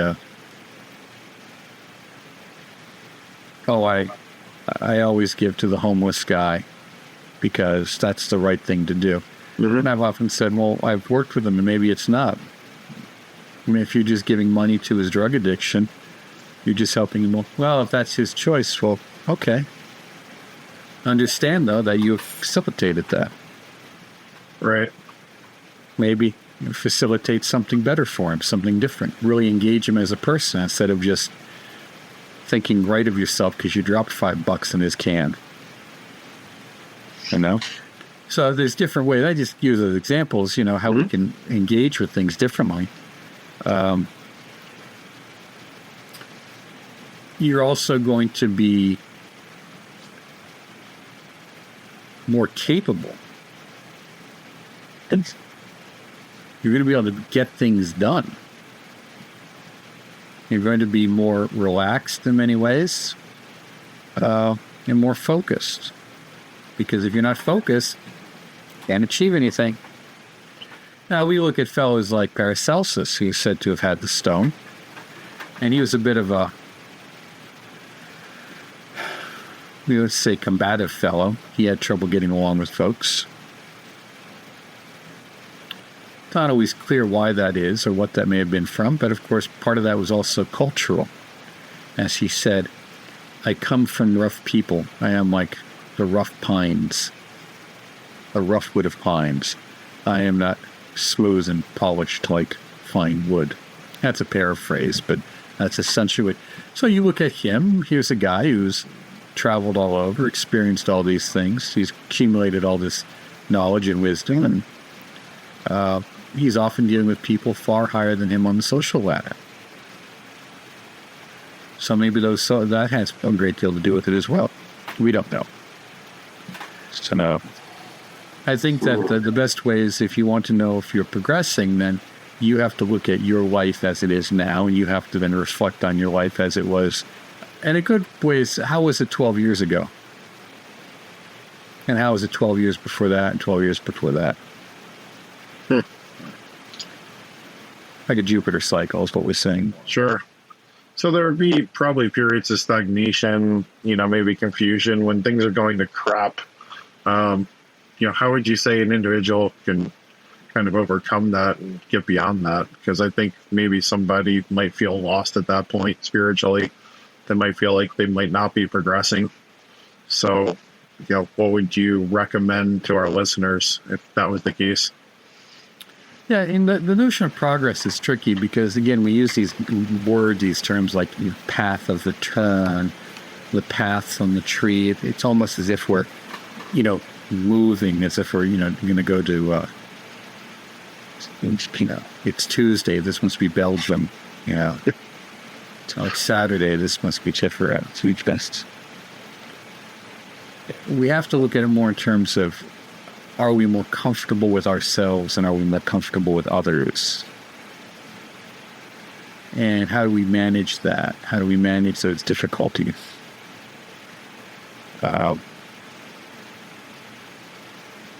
This is particularly true, you know, when things are of such a serious nature, like financially.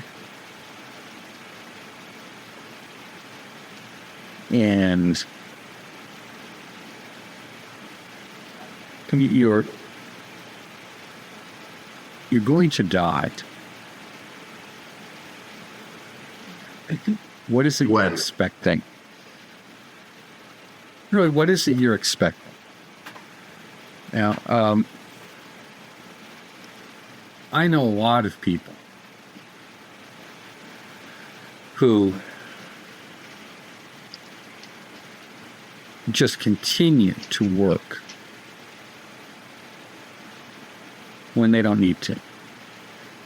But they have to if they want to have the standard of living they've grown accustomed to.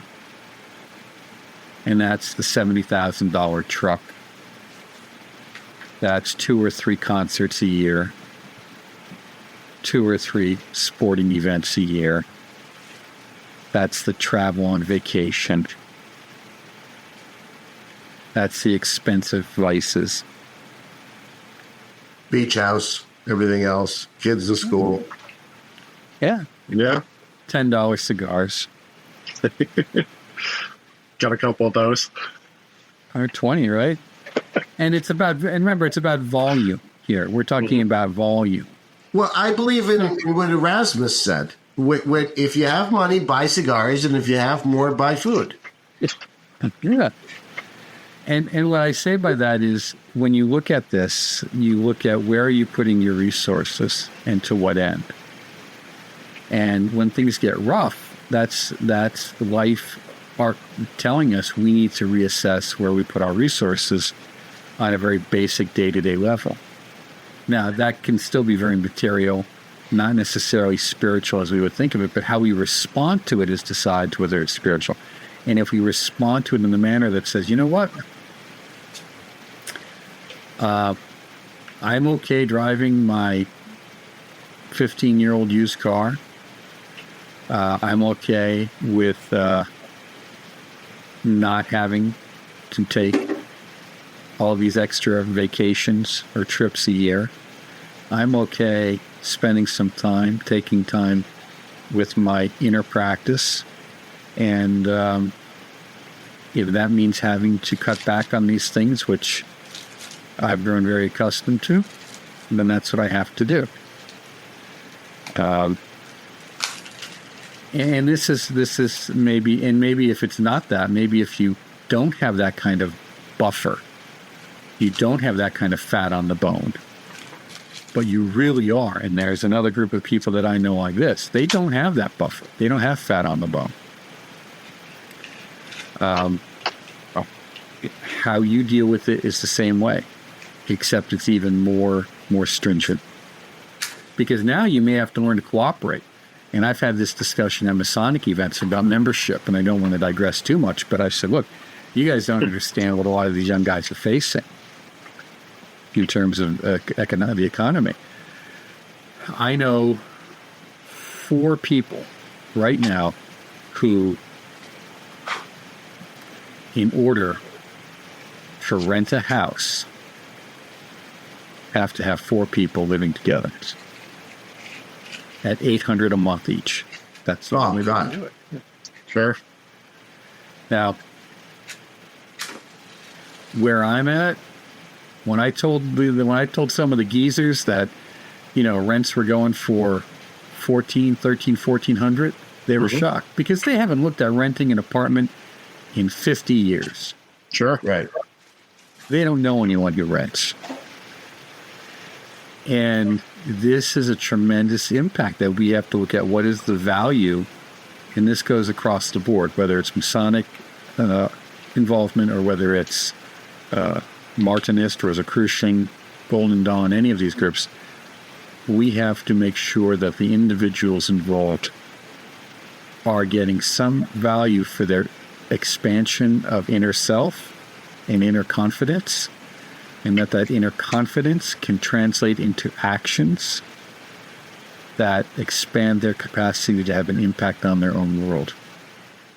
Well, I mean, that should be a job. I mean, on some level, the idea of expansion of universal consciousness we're providing a public service, for God's sake. Well, I don't know if there is such a thing as expansion of universal consciousness. I think we can become conscious of more universal things, but I don't know if the universal consciousness necessarily expands. And I think we have to, when we look at this notion of universal enlightenment, collective enlightenment, we have to be very careful. Not everyone's going to respond very well to it. Okay. Why do you feel that way? Well, just look at anything in life. People don't often respond very well to perceiving reality as it is.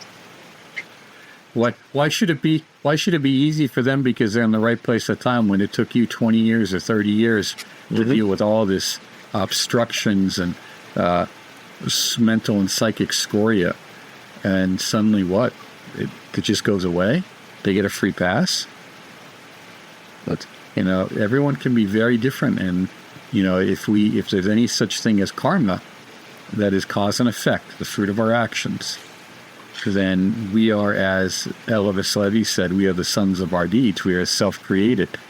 That is the symbol of the scarab, the Kefra, I won't say it, but fully. But it says the Kepharistic prayer is, "I am that which is self-created, and I created myself." And that's the symbol of, and that's the symbol of the initiate. The scarab that when you see that's a symbol of the initiate is a self-created being. Why won't you say the whole thing? Is there a magical component to it that will activate? Yeah, it's kind of, I'd like to get it right. It's kind of lengthy, and it's so repetitive. Like the words are very similar sounding. So in The Game of Life and How to Play It, Florence Scovel Shinn. I don't know if you're familiar with her work. So she said that there's an escape of the karmic out of the karmic cycle, and that's the path of grace. If you put, and to some extent, the Course in Miracles goes there. A lot of the work of Dr. David Hawkins, he does devotional non-duality, goes there, and it's sort of like hey guys, you're on the karmic path. That's your default. But if you jump up to this other path, the rules are different.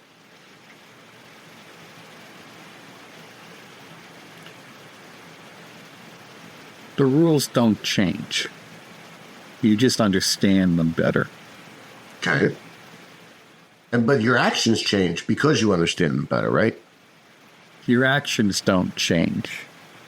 Your inner essence or your inner perspective and reasoning changes. Example. Wow.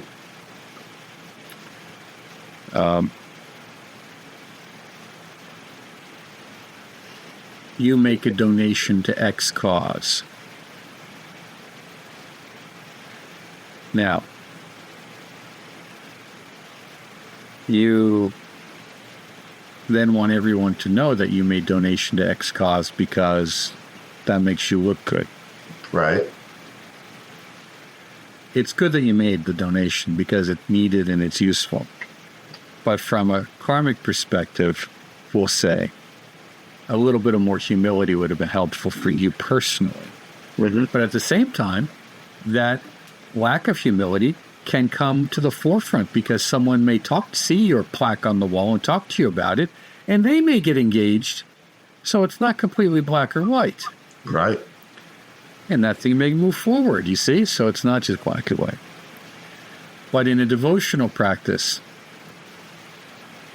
which now you're talking about action, so we're talking about karma yoga.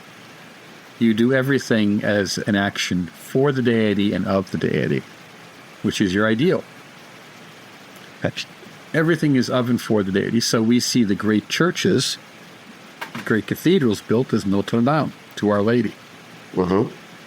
Whereas you see Sagrada Familia. Yeah. So instead of having things with my name on it, you have the name of the ideal on it. This is the deity.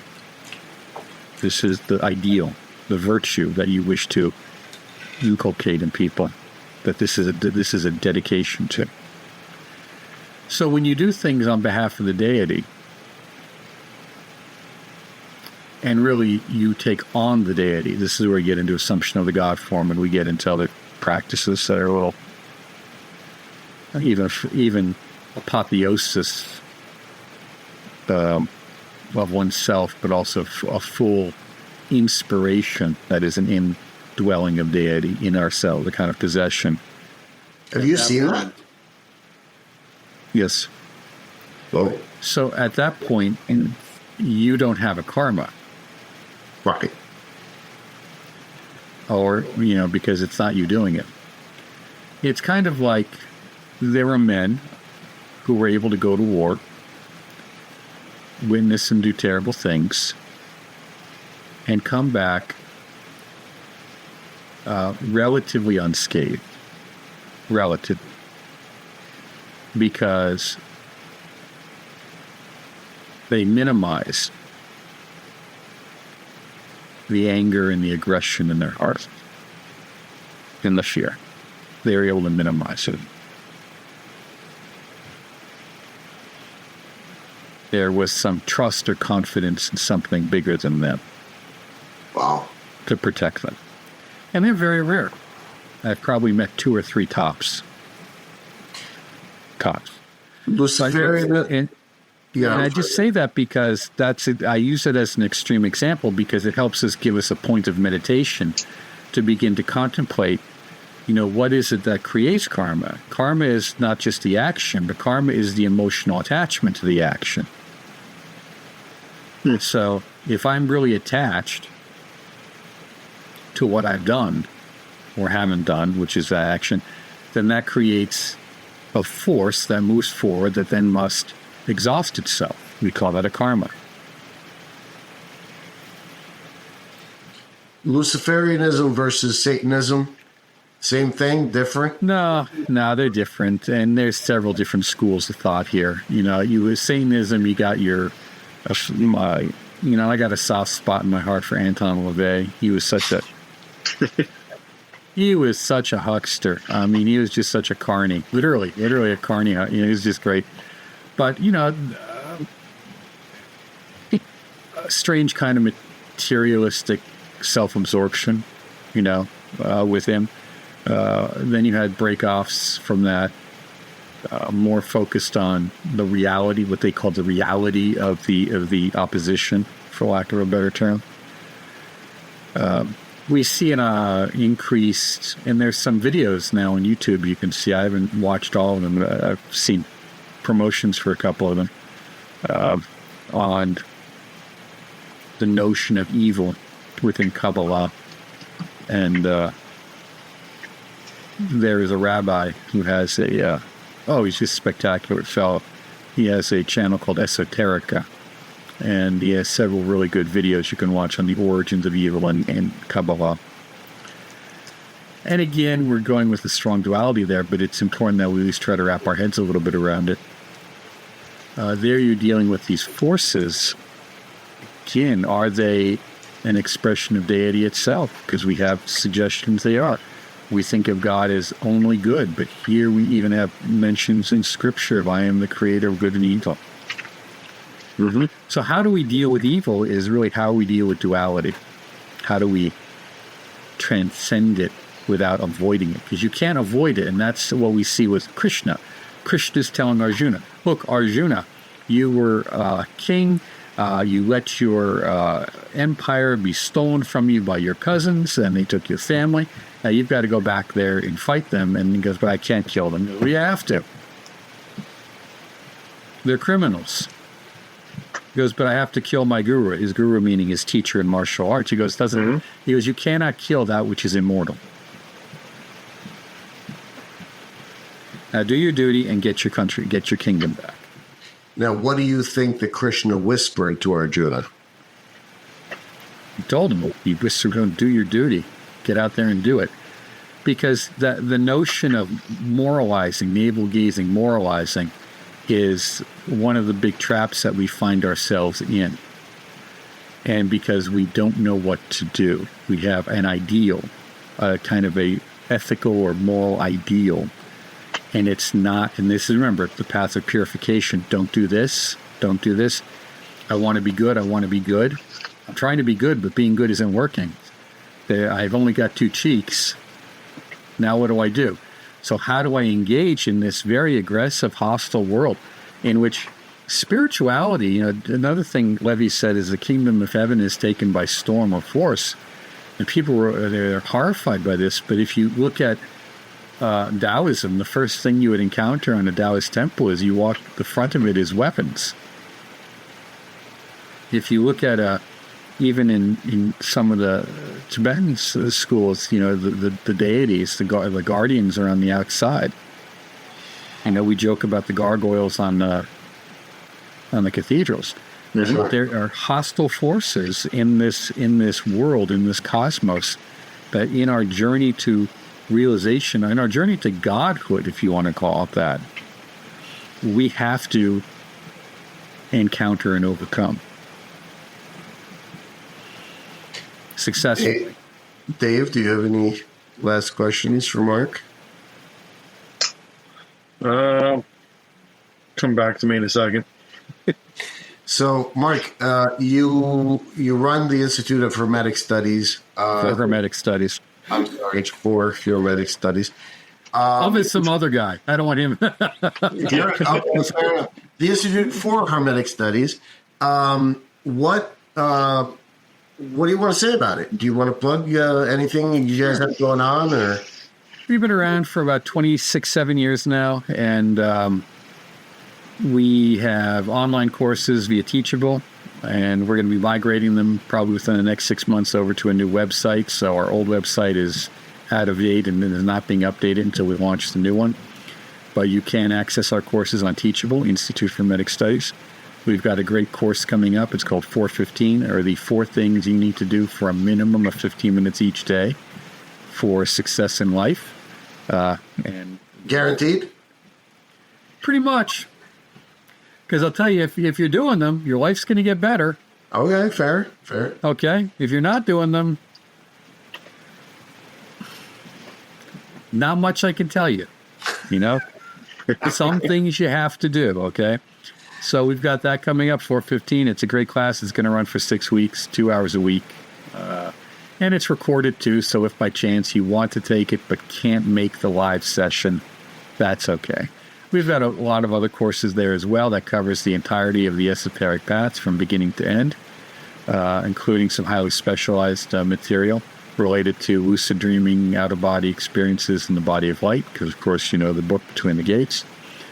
And we also have twice monthly practice and sessions with questions and answers for students who are looking for some kind of, I don't want to say support, but, you know, community, really. They want to get together twice a month and talk to their other people doing the same thing they're doing and get some questions answered in a meaningful way, rather than just posting something on Facebook and seeing who responds, right? Social media. And we also have our teacher training course, and those guys are going off on their own, and I encourage it. They have movie night once a week, or once a month. So they watch a movie, we go through it, find a good list, good movies with esoteric content to watch them and discuss them. So we're looking at occulture, esoteric occulture in that regard too. So we've got a lot of things going on. And of course, we're doing our fundraiser for the Institute for Hermetic Studies collection, which, as I mentioned earlier, a collection of materials that we are working with the University of Scranton, their library, and holding and creating and developing. So, now, will you be digitizing that collection? That's going to be a question to discuss with them. Some things will be digitized, some things won't. A lot of the stuff which I have here at my feet in bankers' boxes is over 100 years old. Yeah. I'm sure that's going to get digitized. I hope so. We have a complete collection of philosophers of nature video presentations. Like if you go online to YouTube, you can maybe access 6 of them, and the audio is very poor. Yeah. So we currently have someone who is taking them and is going to digitize them and clean up the audio so that you can listen to them. Now, someone does have them out there, and you can buy them. But again, we also have them, they're up for free on YouTube, so we're going to make them available to the university, and the university can decide how to make them available as a digital archive. How much does it cost to join the Institute? It depends on which classes you take. We don't have, and this is an issue, sustainability is a financial issue. Make no bones about that. Up till now, we have not required an annual fee. So a lot of organizations, you pay $25, $50, $100 a year as a flat membership fee. But we don't have that. We're doing our best to avoid it.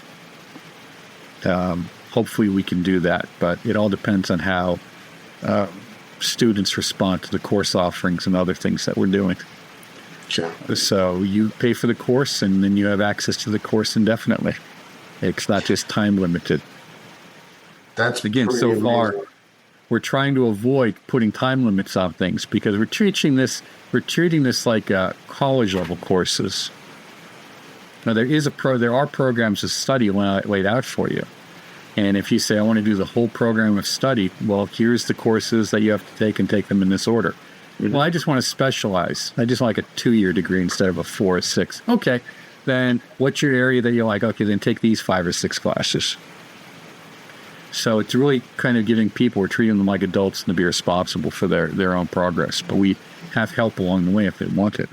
But it sounds like there's as you say, there's a certain amount of mentorship that goes along with it that can be accessed. If they choose for the mentorship. That's fantastic. Do they all work with you specifically or with other people at the... Well, with the questions and answer session, it's myself, and then we'll have guest people come on. But we have some wonderful classes that were done. You know, we had Jamie Paulan did our classes on astrology. We had Dr. John White out from Pittsburgh. He did a wonderful class on New Thought. He was just off the charts, and stuff I was completely unaware of that I kind of thought I knew, but he really nailed it. He also gave a 2-hour presentation on Julius Evola and traditionalism. That's very, very popular. People like that one. What else? Oh, Ike Baker and Jamie and I did a 6-week class on the 3 books of occult philosophy, Agrippa's 3 books. Interesting. So we do our best to bring in qualified people, and yet at the same time not overwhelm students with information. The problem is we are awash in information. What do I do with it? How do I do it? And what order do I do it in? That's what we can answer for you. That's amazing. And you've been able to codify this path, as you say, uniting these disparate pieces of the esoteric Western movement to have a beginning, middle, and an end, in essence? Correct. And a lot of it's there. I mean, that's one of the things we talked about in the course on Agrippa. A lot of things are there, but what happens is these groups arise and they get so narrowly focused that they have it, like they tend, it's again, I don't want to be too hard on it, but my favorite one to bash, because everyone knows it so well, is, Builders of the Adytum, Paul Foster Case. I mean, just this obsession with gematria and tarot symbolism. And then after 4 years, it's like, well, now what? Well, that was it. Is the Builders movement, does that come out of OTO? Builders of the Adytum comes out of the Golden Dawn, Hermetic Order of the Golden Dawn. I'm sorry, yeah. Comes out of the Rosicrucian Order of the Alpha and the Omega, most likely. I think directly from Moyna Mathers. I think that's how it goes. And it's all just gematria, then, you say? Well, they have rituals, they do, but there's an overabundance of emphasis on them. And the problem with thinking that you've discovered the connective key to everything in the cosmos is that you then to see everything symbolically, and then to penetrate beyond that into the direct experience becomes nearly impossible. Because you're stuck in the map. Right. Stuck in the map. The map, symbols are a good director or indicator, but they're not the road. Right. They're a terrible master. Mark, Dave, have you discovered any questions in the meantime? I have a whole list, but I was going to say, Mark, from one perspective, if you would say to the individual, the viewer out there, what piece of advice would you give them, like 30 seconds? Like, I think you were just alluding to, don't just stick with one realm, keep your mind open and expansion, because obviously there's always different answers and truths out there. But you have to do something. You have to have a path which you can relate on, what you're going to default to. You have to make sure that you can default to a practice that is helpful to you every day and that is preparing you for death. If your practice is not preparing you for the continuity of consciousness and the awareness of death and what we think of, we talk about reincarnation and all of that, and what that means and how that process works according to traditional systems, then your path is not doing you the full justice that it could, because that is the direction, that is the end goal here, or not goal, but destination. Mm-hmm. So you need to have a process that is preparing you psychically, and that takes a tremendous amount of effort, and that's not going to happen from massive memorization or collecting lineages. That's going to happen from very specific techniques. So obviously there's different religious groups that might not believe in reincarnation necessarily. What would you say to that individual? You can do whatever you like. As long as Whatever you like, folks. do whatever you like. Mark, from the bottom of our hearts, we thank you for the time, for the wisdom, for the humor, for everything that you imparted to us. I'm sure that Dave and I leave a little bit wiser from this interaction. I, for one, would be very interested in coming out to the Institute, or certainly signing up for the courses. So, Well, we have a free course, Unfolding the Rose. It's 6 weeks, worth of material. It's free. Just sign up for it. Take it at your leisure. And we have an annual conference in the beginning of June every year. Awesome. Cool. Love to join you for that. Well, thank you again. Until next time, I am Alex Aldea. Thank you. I am Dave Ferrigno, and thank you again. God bless. Thank you. God bless. Thank you, Mark.